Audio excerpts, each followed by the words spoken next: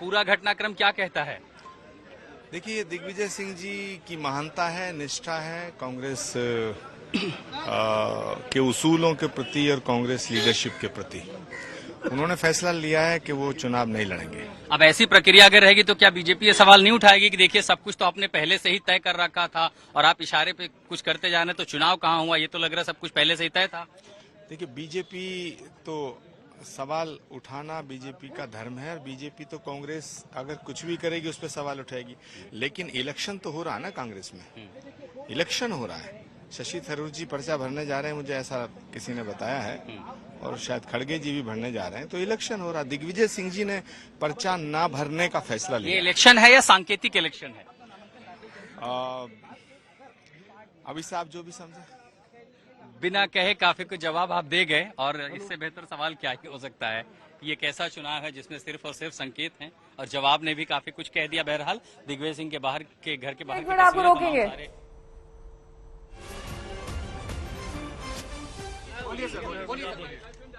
मैंने जीवन भर कांग्रेस के लिए काम किया है और जीवन भर काम करता रहूंगा।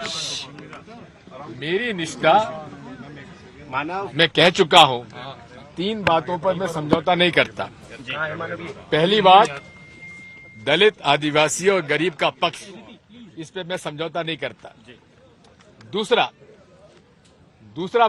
है सांप्रदायिक सद्भाव बिगाड़ने वालों के साथ मैं कभी समझौता नहीं करता, उनके खिलाफ मैं लड़ाई लड़ूंगा और लड़ता रहा हूं। तीसरा, मेरी प्रतिबद्धता कांग्रेस और नेहरू गांधी परिवार के साथ, इस पे मैं समझौता नहीं करूंगा और न मैंने आज तक किया है। इसलिए खड़गे जी मेरे नेता हैं, मेरे से सीनियर हैं। कल मैं उनके घर गया था, उनसे मैंने पूछा था कि आप अगर फॉर्म भर रहे हो तो मैं नहीं भरूंगा। उनका कहना था कि मेरा इरादा अभी नहीं है।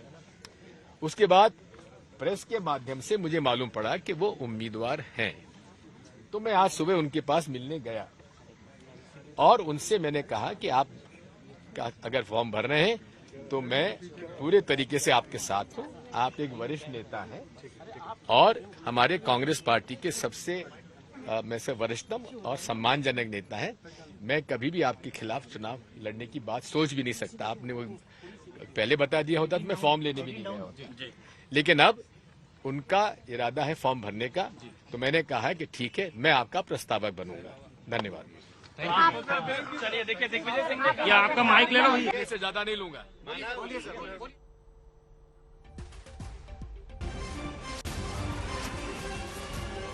मौसमी भी हमारे साथ जुड़ चुकी है इस वक्त। मौसमी, कहां ये अध्यक्ष पद के चुनाव के लिए उतर रहे थे, अब प्रस्तावक बन गए दिग्विजय सिंह। थोड़ा सा दिखा जी। बिल्कुल, देखिए, और आपको एक और खबर बता दें कि आखिर पवन बंसल जी ने जो फॉर्म लिए थे वो फॉर्म कहाँ गए। वो फॉर्म एचएस लकी साहब के हाथ में है। 2 पत्र दिखा दीजिए जरा, ऐसी बात थोड़ा सा दिखा दीजिए। तो ये 2 नॉमिनेशन पत्र यहाँ पे हैं जो जिन पर मल्लिकार्जुन खड़गे साहब का नाम भरने जा रहे हैं। नाम भरने जा रहे हैं। ऐसे है कि चंडीगढ़ में बंसल जी जो लेकर गए थे, 2 फॉर्म्स लेकर गए थे।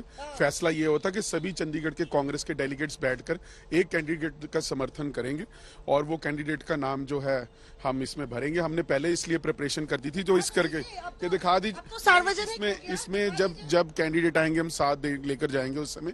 पर ये दिखा दीजिए। फॉर्म्स तो हमारे डेलीगेट्स के हैं। जब कैंडिडेट यहाँ पर पहुंच जाएंगे उनसे साइन करके तब हम इसको सबमिट कर देंगे। जब कैंडिडेट अभी थोड़ी देर में आने वाले हैं, आधे पौने घंटे के अंदर, जिस समय आ जाएंगे उनके साथ जाकर हम ये हमें प्रस्ताव करेंगे। 10 2 फॉर्म है। 2 फॉर्म है। एक पे बंसल जी मेन प्रस्तावक है और साथ में 9 उनके साथ और हैं। एक में मैं हूं और 9 हमारे साथ ये और कैसा चुनाव है? ये सांकेतिक चुनाव है जिसमें सिर्फ नाम को शशि थरूर को खड़ा किया जा रहा है, जबकि सिर्फ खड़गे बनाम खड़गे यहाँ पर चल रहा है। हर किसी के जबान पर आज सुबह से खड़गे जी का ही नाम है, तो वो तो एक तरीके से यूनानिमस कंटेंडर हो गए। फिर थरूर जी को क्यों खड़ा किया जा रहा है? देखिए, थरूर साहब का तो ये है कि उनको खड़ा किया नहीं जा रहा है, वो खड़े हो रहे हैं।